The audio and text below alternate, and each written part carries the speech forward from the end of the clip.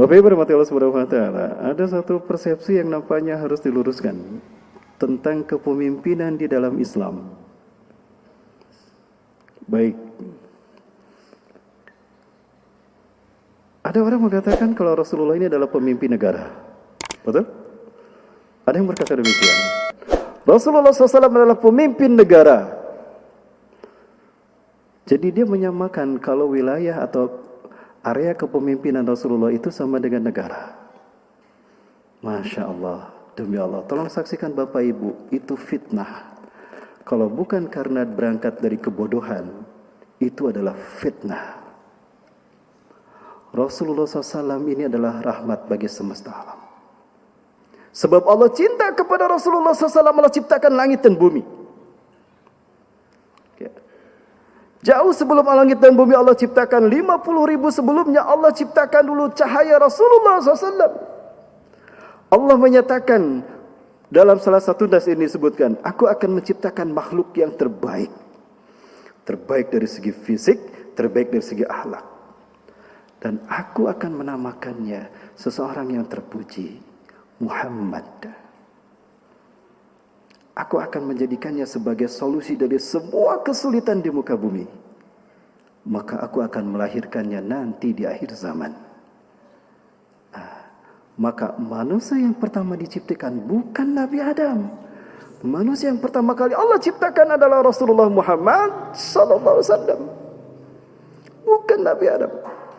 Adapun manusia yang lahir secara fisik adalah pertama kali Nabi Adam. Ini ingat Bapak sekalian, ketika Nabi Adam bertobat, ketika Nabi Adam alaihissalam bertobat kepada Allah, mohon maaf ini jadi membangunkan mereka yang nunduk ya, tapi bukan berarti ngantuk, bukan. Baik Bapak Ibu, Nabi Adam ketika bertobat kepada Allah, ini cerdas Nabi Adam. Ya Rabb, qad syahidta li annani qad akhtatu lak. Ya Allah, Engkau telah menyaksikan aku telah melanggar larangan-Mu. Aku telah memetik buah pohon kayu itu sementara Engkau pernah melarangnya kepada aku, telah melarangnya dariku. Tapi karena cintaku kepada Hawa dan karena cintaku pada surga ini, aku melanggar larangan-Mu sehingga aku terbujuk rayu oleh si iblis laknatullah itu. Apakah perbuatanku ini murni perbuatanku sebagai makhluk yang lemah? Atau jangan-jangan Engkau telah menetapkannya, aku harus memetiknya? Nah, ini cerdasnya Nabi Adam. Karena dari semua apa yang ada di surga ini, cuma ini yang Kau larang. Dan ketika aku mau makannya, aku tidak merasakan ada racun di dalamnya, ya Allah. Pasti ada sesuatu sehingga aku melarang aku memetiknya. Ini cerdasnya Nabi Adam. Maka apa jawaban dari Allah Azza wa Jalla? Bal inni qad katabtuhu laka qabla khalaqtuka. Bahkan aku telah menetapkan Adam, engkau harus memetik buah pohon kayu tadi sebelum aku menciptakan engkau. Oh, berarti engkau telah menetapkan aku harus memetiknya, ya Allah. Maka apa kemudian kata Nabi Adam? Fabima katabta alayya. Maka karena engkau telah menetapkan aku harus memetiknya, memetik buah pohon kayu itu. Dan wa bi kirami Muhammadin sallallahu alaihi wasallam, dan demi kemuliaan Muhammad sallallahu alaihi wasallam, fatub alayya taubati, maka terimalah taubatku. Allah bertanya pada Nabi Adam, min aina arafta Muhammadan? Dari mana kau tahu Muhammad? Allah belum memberitahu tentang Rasulullah kepada Nabi Adam, tapi Nabi Adam sudah tahu duluan. Ya Rasul, ya Rabb, min nurih. Bukan kau telah ciptakan cahayanya lebih dulu, bahkan kau ciptakan cahayanya lebih dulu ketimbang langit dan bumi, atau pula aku. Berarti siapa yang pertama kali diciptakan Bapak Ibu? Rasulullah Muhammad sallallahu alaihi wasallam. Karena cintanya Allah kepada Rasulullah, Allah rahmati alam semesta ini, dan beliau menjadi rahmat bagi seluruh alam semesta. Sekarang dipersempit menjadi ruang lingkup negara. Apa itu bukan fitnah? Yang bernama negara ada batas teritorialnya. Saya tanya kepada orang yang mengatakan Rasulullah ada pemimpin negara, mana negara Rasulullah? Mekah dan Madinah. Allahu Akbar. Berarti di luar Mekah dan Madinah Rasulullah bukan Nabi dan Rasul. Bapak Ibu, ketika Rasulullah berada dimanapun di alam semesta ini, beliau adalah rahmatan lil alamin. Ini namanya fitnah. Pemikiran semacam ini datang pertama kali bukan dari umat Islam, tapi ini pemikiran datang dari seorang Yahudi bernama Montgomery Watt, seorang misionaris dari Barat. Begini dahsyat infiltrasi Barat masuk ke dalam tubuh umat Islam. Maka yang diambil dari kita oleh orang-orang Barat dari umat Islam ini bukan darah umat Islam saja yang mereka rampas, bukan harta kekayaan alam kita yang mereka rampas, bukan keringat saja yang mereka peras dari kita, tapi akidah umat Islam juga diperas habis sehingga mereka salah mempersepsikan Nabi yang mereka cintai. Bapak Ibu dan Allah, jadi siapa sebetulnya Rasulullah SAW ini? Bapak Ibu, ini saya sampaikan satu kisah. Waktu kita masih banyak? Masih. Sampai jam berapa nih Bapak Ibu? Sampai jam 12? Saya tagih sampai jam 12 ya. Bu, sampai jam berapa Bu? Ya, sampai selesai aja Bu ya.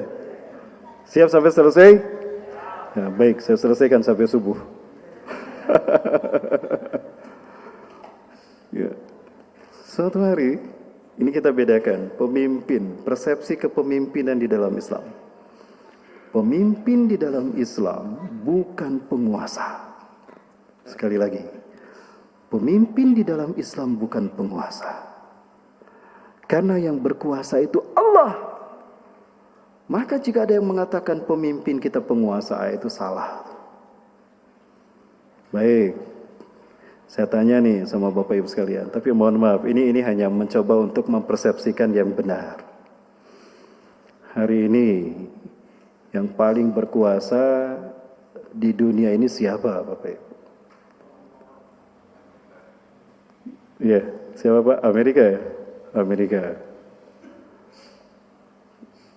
Atau yang paling berkuasa di negara kita siapa? Presiden kan? Presiden yang berkuasa di negara kita. Nah, sekarang saya tanya nih, jujur ya, mau jujur kan? Oh ya Allah, saksikan ya Allah, mereka siap berkata jujur ya Allah. Yang berkuasa di negara ini presiden. Saya tanya sekarang, beranikah Bapak Ibu berkorban nyawa untuk Bapak Presiden? Belum jelas nih jawabannya nih. Sebentar. Berani Bapak Ibu berkorban nyawa untuk Bapak Presiden? Ya. Berkorban harta? Kok gitu sama presiden ini? Sekarang saya tanya, beranikah Bapak Ibu berkorban nyawa membela Rasulullah? Amin. Allahu Akbar. Jadi siapa yang paling berkuasa? Rasulullah. Betapapun secara fisik beliau tidak ada, kita sanggup berkorban nyawa dan harta demi membela beliau. Padahal beliau sudah tidak ada bersama kita. Jadi kekuasaan tidak mesti diukur ada tidaknya mereka di sisi kita. Inilah yang arti kepemimpinan di dalam Islam. Pemimpin di dalam Islam bukan penguasa. Penguasa itu Allah Azza wa Jalla. Baik, saya berikan contoh. Suatu hari Rasulullah, kalau tidak salah ini dalam satu nas, Raja Najasyi ini berbicara pada Rasulullah SAW. Ya Rasulullah, kuntu malikan fi Najasyi, fi biladi. Wahai Rasulullah, aku ini raja di negaraku. Di Najasyi, aku ini raja. Aku punya rakyat di mana rakyatku tunduk patuh pada kata-kataku. Semua kata-kataku ini sakral di mata mereka. Tapi sekarang aku sudah masuk Islam ya Rasulullah. Anda adalah Nabi dan Rasulku dan aku wajib taat kepada Anda. Maka sekarang kami ikhlas untuk dipimpin oleh Anda. Sekarang Anda adalah raja kami. Ini mahkotanya saya serahkan. Mahkota itu diserahkan pada Rasulullah SAW. Maka apa kata Rasulullah? Lastu bimulkin. Aku bukan raja. Raja itu kerajaan. Kalau negara, aku bukan presiden. Ya. Lastu bimulkin. Lakinnani Nabiullah wa Rasulullah. Aku ini bukan raja, aku Nabi Allah dan Rasulnya. Aku Nabi Allah dan Rasulnya. Ya. Kamulah raja mereka. Anta malikuhum, anta malikuhum. Amuhum bil Islam. Kamulah raja mereka, tapi pimpinlah mereka dengan Islam. Akhirnya Rasulullah SAW sudah menjelaskan, beliau bukan raja, beliau bukan kepala negara, fitnah kalau mengatakan demikian. Nanti saya saksikan, akan saya tuntut di hadapan Rasulullah nanti orang yang berkata begitu.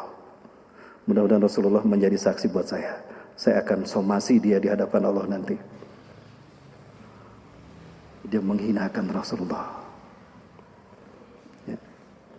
Dan ini sebuah bukti bahwa ketika Islam berdiri tegak, ketika kepemimpinan di dalam Islam berdiri tegak, maka tidak akan ada yang terancam, apakah itu kerajaan, apakah itu negara, ataupun nasionalisme. Maka fitnah yang mengatakan apabila khilafah tegak, negara akan bubar. Fitnah. Ini buktinya. Bahkan ketika Rasulullah SAW memimpin dunia, ketika khilafah memimpin dunia, mereka menaungi negara-negara dan kerajaan yang ada. Bahkan entitas Yahudi dan Nasrani, mereka terlindungi dari fitnah ketika Islam memimpin. Yakin tidak Bapak Ibu? Yang jawab sedikit, berarti yang konsentrasi sedikit ini. Yang lainnya kemana nih Bapak Ibu? Halo? Nah, saya tes ya. Bapak Ibu mau masuk surga? Oh, yang jawab sebagian. Berarti peminatnya hanya sebagian ini. Bapak Ibu mau masuk surga? Oh, masih ada berarti ya. Lanjut Bapak Ibu. Apakah ceramah saya ini ekstrim? Tidak. Oke, kalau gitu berani saya lanjut. Lanjut ya. Sampai mana tadi? Sampai Pak? Khilafah. Jadi tidak benar ketika kepemimpinan Islam itu tegak, negara akan bubar. Jadi kalaulah Habib Rizik Syihab pulang, ini negara nggak akan bubar. Cuman negara bisa menyaksikan siapa sebetulnya rakyat yang jadi salah tuh. Diedit nggak nih Pak? Diedit ya. Jadi sekarang dunia bisa melihat siapa sebetulnya yang ada di hati rakyat. Saya atau Habib Rizik Syihab? Jadi bandingkannya dengan saya, karena saya nggak akan nuntut. Coba lihat Bapak Ibu, Allahu Akbar. Dari mulai Cengkareng bandara sampai Petamburan, nggak habis tuh orang berbaris menyambutnya. Jadi yang ada di hati rakyat siapa ini?